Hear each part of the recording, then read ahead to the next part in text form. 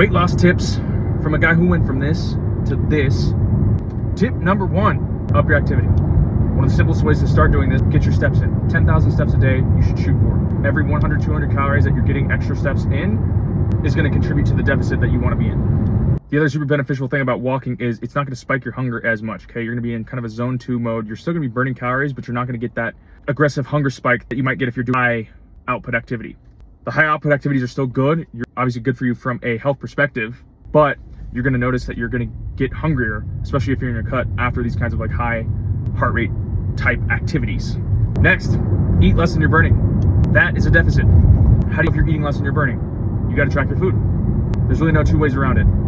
If you want to do it the right way, the fastest way, I use CORPUS to track because it allows me to be precise.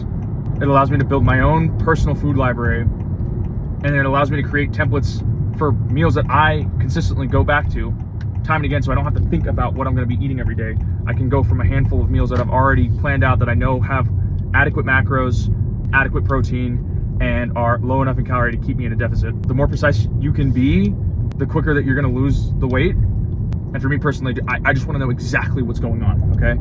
I want to know to the gram, to the calorie, what my exact deficit is. I want to know exactly how much I get to eat so I can eat that much, because I'm going to be hungry, so give me every last drop.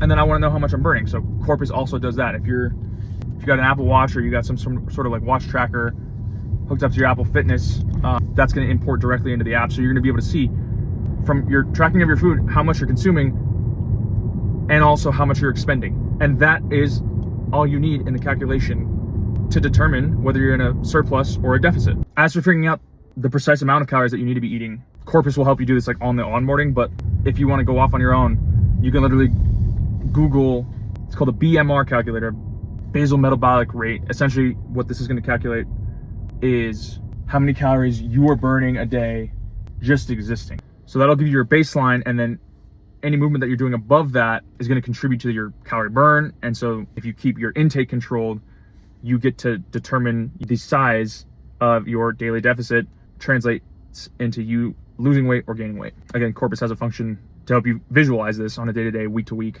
month-to-month basis, so you can literally see the deficit that you're in. So once you have your BMR, and then you get a rough idea of how many calories you're burning on average a day with your additional workouts or walks, you can then compute what your calorie and macro targets should be. Protein, you're going to be wanting to get 1 gram per pound of body weight, and then fiber is going to be another important one. CORPUS will compute that for you. Once you have all those numbers, you want to shoot for roughly a 10% deficit.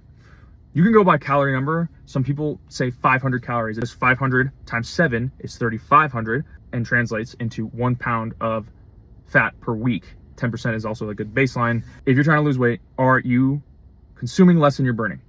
It's that simple. Now, the mechanics of being able to do that on a day-to-day basis, that's where it gets hard, but it is simple.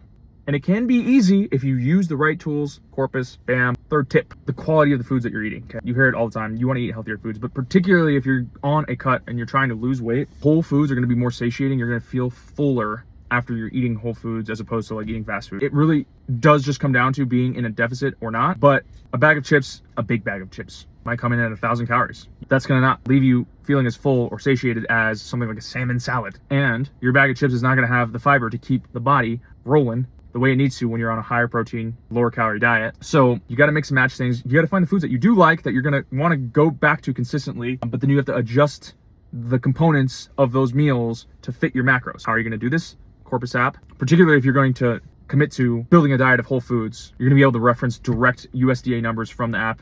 So you get the exact macronutrients and micronutrients for you to be able to see on a day-to-day basis. You build your meals from there with each food component. Then you can just save that meal as a template and come back to it. Simplify the mechanics of doing this. All that matters is, are you in a deficit? And then it cascades into, how are you making sure that you are in a deficit? Up your activity level, eat less than you're burning, eat whole foods, and get your fiber in.